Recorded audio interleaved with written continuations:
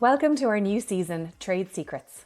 We're handing the microphone to the people who actually build, wire, plumb, and finish our homes. And we're asking them, what are the top 5 things that every home renovator should know? The mistakes to avoid, the money worth spending, and tips to make every renovation run a little more smoothly. Welcome back to the podcast. Hi, Kate. Hi, Jen. We're back on episode 2 of our Trade Secrets, where we talk to tradespeople involved in renovating homes and get their best tips for you to learn from. Yeah, you guys loved our first episode anyway. Ronan got a good rave reviews. Yeah, thanks for that, Ronan. And then this episode, we have Jason Doyle from JEMI Construction, who was my main contractor for my renovation.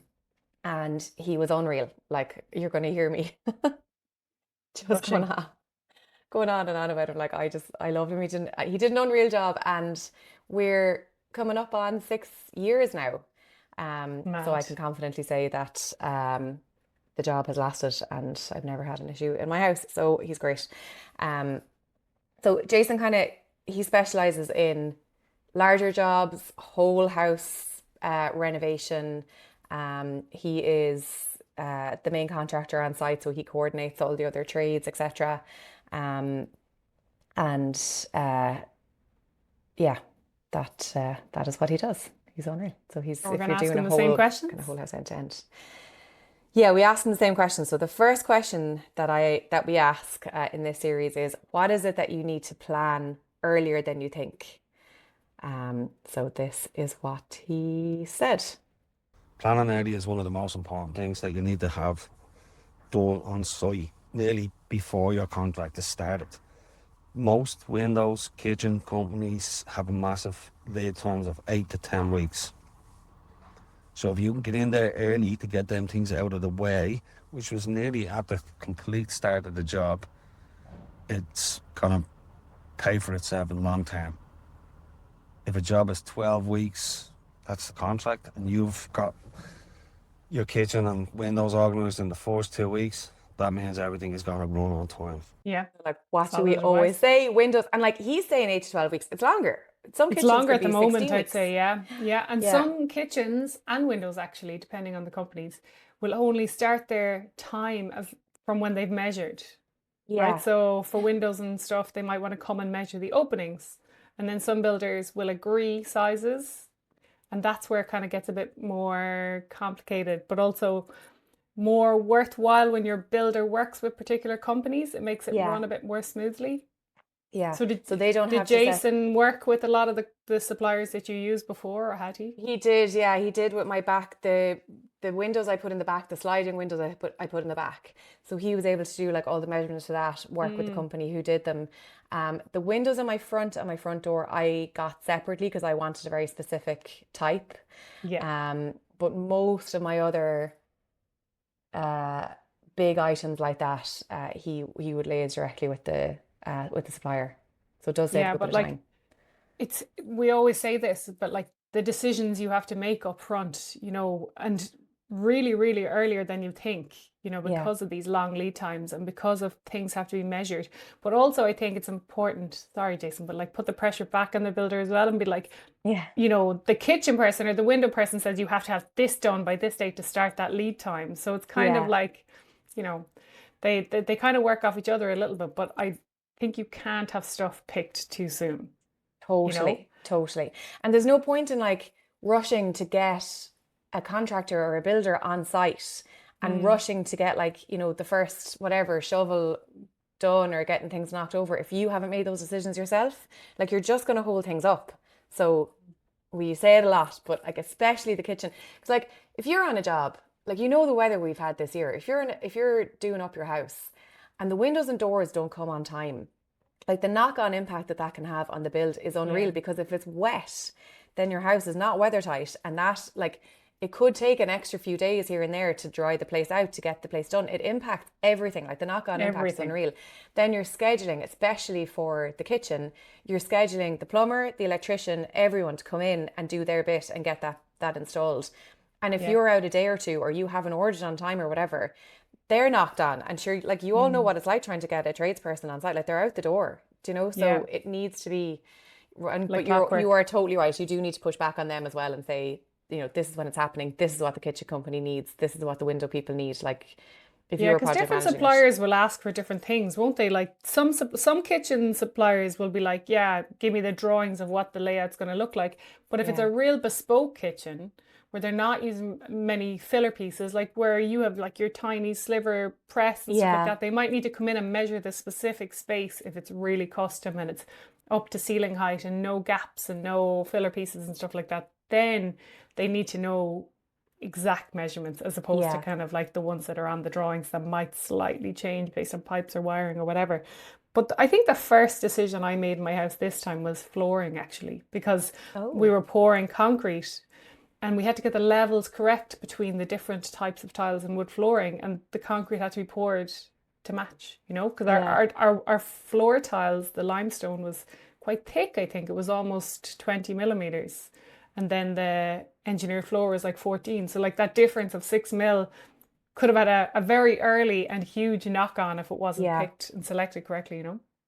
And it does have a knock on because I actually made that mistake. I chose bath or tiles for my downstairs bathroom that are Mm, really thick. They're terrazzo tiles and they're thick. Like yeah, I don't know what, I think they could even be 30. Are they? Anyway, they're much thicker than I expected. yeah, Um, and I didn't tell Jason, and he was going mad at me because it means there is a little level difference. Now it's only yeah, between the downstairs WC and the downstairs hallway. It's not a big deal. yeah. And he put in kind of a sloped, what you call it, like track A on the ramp, like a a little ramp ramp, thing. yeah. Yeah, yeah. So it's not the end of the world, but it could be really annoying for somebody. Like if you're walking Mm, around your house, and for example, if you're prone to tripping or anything like that, or somebody else is, yeah. Or that can elderly make a big guests, difference. especially, I Yeah, think. I think that can make a big difference.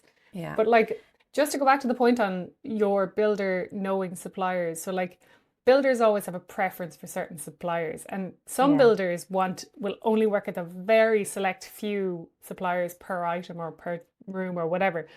And like, the reason for that is they both know how each other works. They know when they have to measure. They know hmm, what the lead times are. They know they can shout down the phone if something's late or whatever or yeah, wrong. Or so I think if you can get what you want to get for your house through someone that your builder works with a lot, I think it's worth a lot for yeah, things to run smoothly. And it takes a lot of the pressure off you then if slight things go wrong. yeah. I But totally if, agree. Totally. well, I mean, obviously everyone wants to pick their own specific, suppliers for certain things that they love or whatever they can't get through their builder's preferred supplier. But if you can, I think that makes that whole process so smooth, so much smoother. Yeah, because we say that all the time. Like all of this is working relationships, and like Hmm. communication is so important. And like they develop a working relationship, a working language, and it just makes Yeah. everything go so much smoother. But of course, yeah, that might mean that maybe some of your stuff is limited. So like Yeah. I went outside for kitchens because I wanted to go to Savvy because of your lovely kitchen. I went outside for my front door because I was being really, I kind of regret it now, to be honest. Like the guy who did it was brilliant. But I really wanted a front door that didn't have a handle because I wanted it to look like the original, the doorknob in the Mm. middle and the door knocker on top. And I didn't want a handle ruining that aesthetic.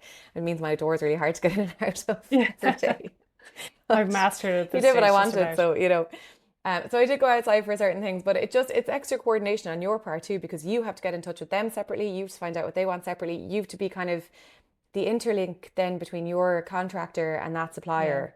And it is a bit slower and it does take a bit longer. It's worth it if there's something you really want, but I'm totally with you if you can get it at all through their people. It's probably cheaper as well because they all have, Yeah. discounts going on. So Yeah, anyway, definitely. that's what you plan early. The next thing we asked Hmm. him was, where should people spend their money? Spend more money on the actual build, the superstructure, the best quality roofing products and skylights that are available. Don't cut corners on these things. We live in a strange climate here in Ireland. It practically rains all year round. Make sure that you've spent money wisely on guttering, downpipes, skylights, roofing products, slates. Don't buy the cheap ones. You'll regret it in the long run. Well, Like, this is why your house hasn't fallen down, Jen, because like yeah, investing in the structure, investing what we say is investing in the things that are hard to change. You can't change yeah, the insulation once it's in, your walls are plastered, you can't change the roof easily. So like yeah, I always think invest in the structure. And look, I know everyone wants a beautiful Pinterest-worthy house at the end, but it doesn't matter if it doesn't work well or you have issues down the line and leaks and whatever. So invest in the structure, 100%.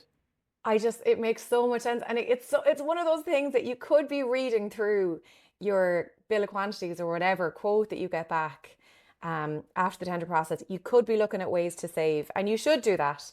And you could be looking at like, why is there so much money on gutters? They're only gutters. But if they don't work, if the drainage is not right. And another massive thing I think is he mentioned skylights there. And skylights are like, there's always a risk that, especially around the corners of skylights or roof windows or whatever, that they leak, because he's right, it rains in Ireland all the time. And it has to be done right, and it has to be fitted right, and you have to get the right supplier who can do all of that, and the quality is worth spending on. Because if you save money there and then you spend extra money on, I don't know, like a beautiful dining table, whatever, which you can, and then it leaks all over your dining table and then you ruin it anyway, it's not worth it. Like the bones of the house. You can furnish slowly, but you can't rectify those kind of core structure things when they're gone wrong. Like, it's so hard. And I think this is hard for Irish people too, because like we might be talking to like American cousins or, people in other countries who are like, how in the world are construction costs so high in Ireland? And listen, they are very high. And some of that is, just because supply and demand or whatever. But some of it is that our houses are just harder to build, like because it's a wetter climate. It rains all the bloody time, and it's harder to build against that. It's harder to insulate against that. And the cold winters that we have. So, that stuff he's right, the superstructure. Just do not invest in your structure. Do not scrimp on that. Yeah. If you're thinking about insulating your floor slab and pouring new concrete and doing underfloor, now is the fucking time. Don't do it. Don't like save the money for a better sofa and better whatever bedroom furniture and then regret it, Yeah, couldn't agree more. Okay, the next question is where do people tend to waste money? Don't waste money on up-to-date trends. I've seen clients in the past do things like, because they've seen them in a magazine, polished concrete, microfiber, cement floors, without even knowing and seeing these in reality. Sometimes what you see in a magazine is totally different when it's in your house. And a lot of these products require extra care. So they look great, but they can also be problematic. Yeah. I think the tip there, my one key takeaway there, because I'm not against trends, micro cement can look great, polished concrete can look great. But he said something there which I think is so important, which is go and see it in someone's house first. Like go and see what it's like in real life, and go and talk to someone who's done it and understand the nuances of it and the upkeep of it and what can go wrong with it before you do it. I did that because I love the look of polished concrete floors. I think it looks class, and I had considered it. And then I spoke to a former colleague of mine. Oh God, I love him. It was a disaster. It got the wrong concrete, or just whatever batch of concrete arrived. It was just a darker mix than what they'd expected, and it was poured before it was too late. Yeah. And it has since, there's been a crack, because our houses are they tend to, I don't know what's going on here in Ireland with the foundations of our houses, but they do tend to move and settle quite a bit, and cracking can happen. And sure, then the whole thing is ruined. We've massive fluctuations in moisture as well. So like the concrete and probably heat. Between our seasons, like even like I find the timber doors in our house, like they feel completely different in the wintertime and the summertime when they're drier in the house or whatever, So it's like, I think that can all make a big difference in finishes being suitable for your house. Now, in saying that, I mean, I love polished concrete. I love terrazzo. I was kind of in the same boat. I'm like dead set in terrazzo, but it was so expensive. And then the more I spoke to people, you were like, you can only get these colors. They can only be in this size block. And then I was like, God, I don't want to spend that much money on it, not be the perfect floor that I love. Yeah. So like, I don't know. I think it's a really valid point. Jason says, like, you have to design for your life as well. Like, not Pinterest, and not like, oh, I love this floor. Oh, one thing actually, open shelves in the kitchen. So like, I know you hate overhead cabinets. I get it. I love a shelf in a kitchen. Yeah. But I also kind of curate it. You know, I've art in Yeah. it, and I have a clock in it, and I have And some you've nice designed cookbooks. a messy area to put the messy things corner. that need to be put somewhere, and that Yes. so you can But keep the rest of it sometimes clean. I've spoken with clients, or I've been in their house, and they're like, I want an open shelf. I'm like, why do you want an open shelf? You know, like, Yeah. what are you going to put in the open shelf? And unless they can answer me that, I'm like, it's a bad idea then. Like, because Yeah. the last thing you need is a load of Tupperware or a load of kids' lunch boxes and bottles up there, because don't have an open shelf then. Have a big drawer for all that shit if you can fit it in the kitchen. But then you have to decide what is actually going to work for you in your life. And that if it goes is for something that like you're just going to curate and you're just going to have a load of like clay pots up there, which looks great, don't get me wrong, are you going to dust them then constantly? Yeah. Are they going to be Yeah. constantly dusted? Because otherwise, if you're not moving stuff around from there, if it's not in use, then it just gets dusty. Yeah. Because I do have Don't- open shelves, Yeah. but it is my alcohol, it's my drink bottles and my glassware. Yeah. And I tell you, they all get quite a lot of use. So I don't really Yeah, have any yeah. issue like dusting up there. It's true though. You just need to design for your life. And flooring, he was mentioning like the upkeep of, say, micro cement floors. Like I did micro cement in my old bathroom, and people were like, would you not have done the floors as well? But when I researched it, people were like, the floors are a disaster because they scuff. And especially if you Yeah. get any kind of shoes, especially rubber shoes, they can leave a big black streak mark on the micro cement. And I was like, Yeah. I don't want a floor I'm nervous about and protecting all the time. And like, so things like that, you know, take the pictures that you love on Pinterest and deconstruct it and see Yeah. how durable they are, and see how good they are for your weather or your light, if they're different colors or finishes and stuff. So like, never design your house around a picture of someone else's house, I'd say. And we're not saying don't get it. Like I wouldn't, if you're listening to this and you're like, but I love polished concrete. Like I'm not saying don't get it. Well, I just think the point he made there, which is go see it in real life. That's so important. It's not just to see it. It is to see it, see what it looks like in Irish light and all that. But it is to talk to someone who has installed it and who knows the pros and cons of it, and then make sure. And if that works for you, fantastic. Off you go. Like, you know, again, like not saying don't get it, but just research it. Don't get stuck to something that might not work. Agree. Okay. The next question we have for Jason is, what should you do to make the whole renovation process go as smoothly as possible? Do this to make the bill go smoothly. Constant information between you and the builder. Get up close and personal. Good quality builders are used to people being in their face, constantly talking to them, emailing them, messaging. They don't mind. They need to get inside of your head to get inside of the mind of what you want in your project. Relationships, relationships, relationships. I mean, like, what have we I been love saying? that. I love that. But that's what Ronan said last week as well. The more information you give, as soon as you have it, as soon as you have it. We've said that before, like you might feel a bit nervous that something came and it's slightly different than what you ordered or whatever. But tell them straight away. Don't tell them in a week's time when it's a bigger problem. Tell them now, like, and that communication, God, like you should be kind of almost feel like you're wrecking your main contractor's head a little bit. Yeah. But also, when we talk about communication, like have a clear communication pathway or an agreed method of communication between you and your main contractor, so stuff doesn't get lost as well. Like maybe you have a main channel, maybe that's your WhatsApp, maybe you have a doc somewhere you both update, maybe you've, I don't know, something that you've agreed. If it's email, like that's all fine. Yeah. But be in charge of keeping track of where the communication is happening and documenting what the latest version of it is. And you know, there's a bit of upfront work and just in getting that locked in. But again, this is a job. This is a job, an expensive job where people are getting paid and you're spending a lot of money. So put that effort in. The other thing I think as well that I've seen is Ireland as a culture has a very indirect communication style.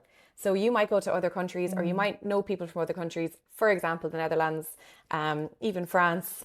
They are very direct. They will say what they think, and it's a politeness for them to say things directly and not beat around the bush. Yeah.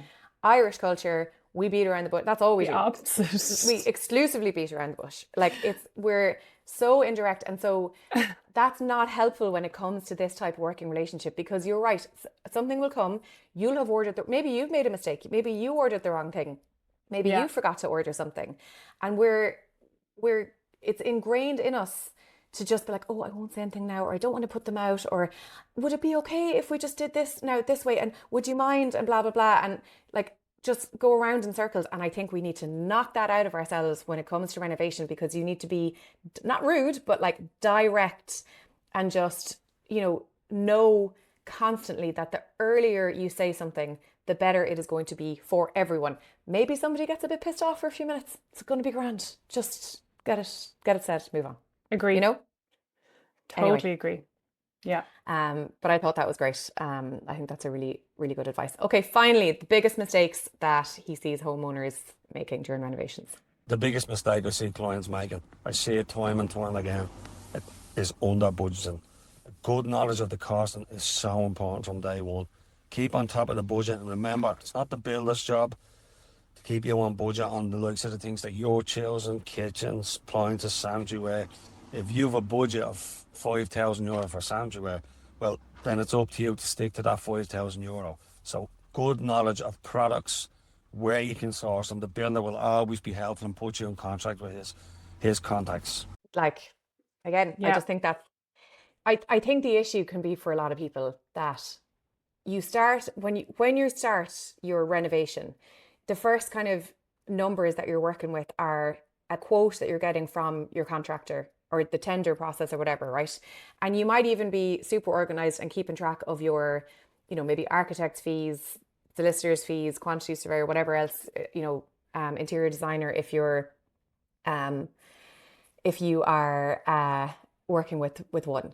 But I think a lot of people forget that there's a huge spend, 30+%, again, that needs to go into finishing the house. And you could easily have completely lost track of what that is. And you might, it might mean, like, as we always say, that's fine when it comes to like your couch or your bed or whatever, like just smaller things you can replace later. They're not a huge spend, that's fine. But if it means that you're really getting stuck when it comes to putting in your kitchen or whatever, then that's a disaster. That's a problem. So if you're listening and you are early in the process and you are, maybe haven't gone to tender yet or whatever, I really recommend putting together a spreadsheet. You can download for free on my website, jennysheehan.com, where you track every single item and you start getting quotes earlier for every single item, especially the bigger ticket items, because that budget will get eaten into fast. And like Jason is right, if it's something that you are choosing yourself, you'll get, like in your builder's quote, you'll get lines typically that will say PC sum, and that is an estimate of an average cost for example, sanitary ware or flooring or paint or whatever. But it could be way more than that if you want specific paint or a different finish or, nicer taps, whatever it might be. So that is your responsibility to know that and keep track of that.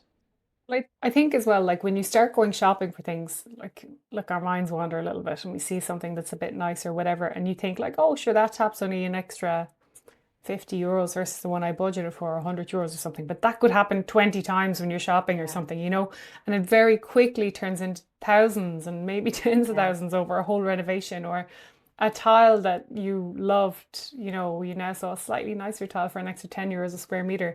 So it's really important to kind of like track every bit of that, and not just like the main things, like say the tiles per square meter. Think about all the ancillaries that go with that. So like, you might buy a specific grout, you might want a coloured grout, and now that's more expensive than the standard grout, or you might want brass stripping between your floors. Like, has that been included in your square meterage? So, because these are all, maybe tens or hundreds on the day, but they'll very quickly start adding up to thousands. So like, the more organized you can be with the budget, and the more complete, like you said, using your doc or whatever with the budget, the closer you'll stay to that. But like, also one tip that we gave ages back, I can't even remember what episode it was, but we were talking about having like your kind of wish list or your non-negotiables, your dream list. These have to be in my house, like, and that could be for you a certain type of floor or whatever, or maybe it's cast iron rads or something. So they're locked in, like they're unchangeable in your budget tracker. And then you have the other ones that you now have to like get your second choice or your third choice on the other stuff that are kind of movable ones. So like, being so clear on that as well helps you stick to budget. And I also think as you're nearing the end, like, shop around as well, like that will help you pull it in a little bit. So like for me, I locked in my flooring early because I went with the limestone, but then the bathroom tiles, I definitely shopped around because I could kind of push that right to the end, as in the wall tiles and all that. And so I got them for like half the price, and Tile Style on on sale or something. So like sometimes you can get little clearance deals, and that'll help you pull in the budget from elsewhere. But just have your non-negotiables locked rock solid, I would say. Yeah, yeah. I think that's great advice. I think if you're listening to this and you're like, well, that's not going to happen to me because I don't care about tiles, and I'm not going to be using brass strips, or normal taps are grand for me. I promise you, when you get into it and you start looking and you see what's on offer and you see the kind of nicer things, you're going to start wanting them. So it's just great to get ahead of it. Of course. And you know where people lose their mind is lighting. Like the amount of clients I've worked with, and they're like, sure, I don't care, we're just going to have pendant lights everywhere. And then they start looking at lighting and they're like, I saw this beautiful light, but it's 800 euros. I don't know if I can budget. And like, oh my God, the budget starts stretching when lighting comes into it. Because I always compare like bathroom fittings, like brassware in bathrooms, and lighting. It's like jewelry. Like once you start looking at it, you start seeing the next level, and you're like, oh my God, that's so beautiful. Look at this light. Oh my God, I found this brand today. And then, you know, the wheels come off. So you really need to budget for it. But I also think, like, you know the things that you can change down the line. Maybe you're falling in love with some of the lighting, but just get a basic wall light fitting for now, or something, you know, like the little cast concrete ones, and do the dream one down the line. Yeah. That is it. That is it for our main contractor. Solid advice. And let us know what you think, and we will see you next week. Yeah. See you then. If you enjoyed that episode, likes, shares and subscribes really help us out. So if you can, please do. Thank you.